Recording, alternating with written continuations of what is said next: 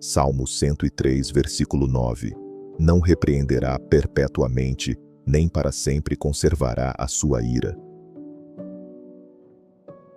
O coração humano conhece bem o peso da culpa. Poucas coisas são tão esmagadoras quanto a sensação de ter falhado diante de Deus, diante das pessoas e diante de si mesmo.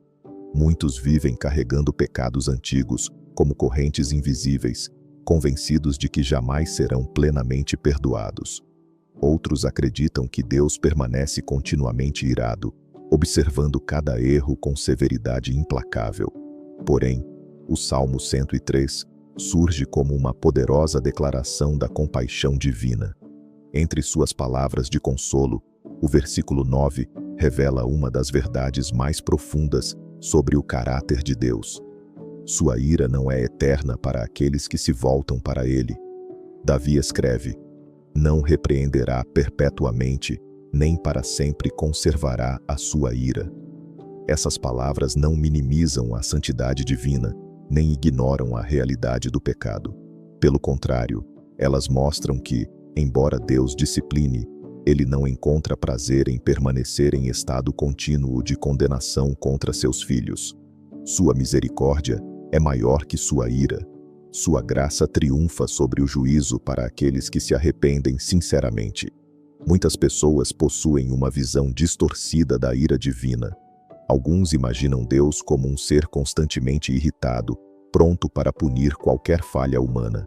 Outros, em extremo oposto, negam completamente a existência da ira de Deus, reduzindo-o a uma figura indiferente ao pecado. Contudo, a Bíblia apresenta um equilíbrio perfeito. Deus é amoroso, mas também santo. A ira de Deus não nasce de impulsividade emocional, como acontece com os homens. A ira humana frequentemente é marcada por orgulho ferido, egoísmo e descontrole. A ira divina, porém, é expressão de sua justiça perfeita. Deus odeia o pecado, porque o pecado destrói aquilo que ele ama.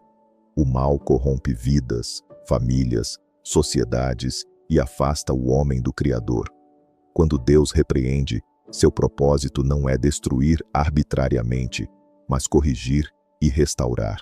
Sua disciplina possui intenção redentora. Assim como um pai amoroso corrige um filho para conduzi-lo ao caminho correto, Deus também disciplina aqueles que ama. O Salmo 103, 9, revela exatamente isso. A repreensão divina não dura para sempre. Há limite em sua indignação contra os que se arrependem. A misericórdia prevalece. Os seres humanos frequentemente guardam ressentimentos durante anos. Algumas pessoas mantêm ofensas vivas na memória, como feridas abertas que nunca cicatrizam. Existem relacionamentos destruídos porque alguém decidiu conservar a ira permanentemente. Deus, porém, não age assim. O texto afirma que ele não conservará para sempre a sua ira. Isso revela um Deus disposto a restaurar relacionamentos quebrados.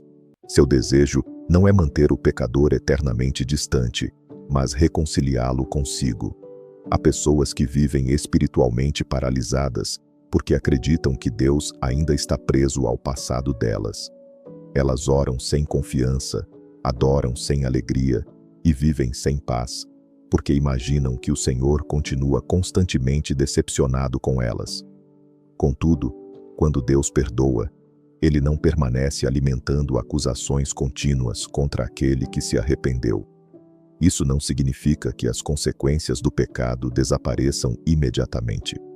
Algumas escolhas deixam marcas profundas. Entretanto, mesmo em meio às consequências, a graça divina pode restaurar a alma. O inimigo tenta convencer o homem de que não existe retorno possível. Deus, porém, declara através deste salmo que sua ira não é infinita sobre os seus filhos arrependidos. O Salmo 103 inteiro é um cântico sobre a bondade de Deus. Davi relembra benefícios espirituais, cura, redenção e compaixão. O versículo 9 se encaixa nesse contexto de misericórdia abundante. Deus não ignora o pecado, mas também não define eternamente seus filhos pelos erros deles. Isso é extremamente importante para a vida espiritual. Muitos crentes vivem presos a uma identidade de culpa. Eles acreditam mais nas suas falhas do que na graça de Deus. O passado se torna um cárcere emocional e espiritual. Entretanto, a cruz de Cristo revela que o perdão divino é real, poderoso e completo. Em Cristo, Deus oferece reconciliação verdadeira. A ira justa contra o pecado foi satisfeita, e a misericórdia foi derramada sobre aqueles que creem. O cristão precisa aprender a descansar nessa verdade. Não se trata de banalizar o pecado, mas de reconhecer a profundidade da graça divina. Uma das grandes diferenças entre o amor humano e o amor divino é a permanência. O amor humano muitas vezes enfraquece diante das falhas repetidas. O amor de Deus, porém, permanece firme mesmo enquanto disciplina. A repreensão divina é temporária, seu amor é eterno. Essa verdade oferece esperança para aqueles que atravessam períodos difíceis. Há momentos em que Deus permite correções dolorosas na vida do crente. Certas perdas, confrontos e quebrantamentos tornam-se instrumentos de amadurecimento espiritual. Porém, mesmo nesses períodos, Deus não abandona seus filhos. A disciplina divina nunca é sinal de rejeição definitiva. Pelo contrário, frequentemente é evidência de cuidado paternal. Quando alguém entende isso, passa a enxergar as dificuldades com outra perspectiva. Em vez de pensar, Deus me odeia, aprende a perguntar: o que Deus deseja transformar em mim através desta situação? Existe uma diferença entre arrependimento e culpa destrutiva. O arrependimento conduz à transformação. A culpa contínua produz desespero. Muitas pessoas permanecem espiritualmente fracas porque nunca aceitaram plenamente o perdão de Deus. Elas continuam revivendo pecados já confessados, como se precisassem se punir constantemente para compensar os próprios erros. Entretanto, viver sob condenação permanente contradiz a mensagem do Salmo 103, versículo 9. Se Deus não conserva sua ira perpetuamente contra o arrependido, por que o homem insiste em conservar condenação contra si mesmo? A graça não elimina a responsabilidade, mas remove o peso da condenação eterna. Deus chama seus filhos para uma vida de restauração, não de escravidão emocional. Aceitar o perdão divino exige humildade. Algumas pessoas acreditam mais na gravidade do próprio pecado do que no poder da cruz. Isso revela uma visão pequena da graça de Deus. O Salmo 103, 9, também ensina como os crentes devem tratar uns aos outros. Se Deus não conserva sua ira perpetuamente, seus filhos também precisam aprender a abandonar ressentimentos. Guardar amargura destrói o coração lentamente. A ira prolongada endurece a alma e enfraquece a comunhão com Deus. Perdoar não significa aprovar o erro, nem ignorar a justiça. Significa recusar-se a viver aprisionado ao veneno da mágoa.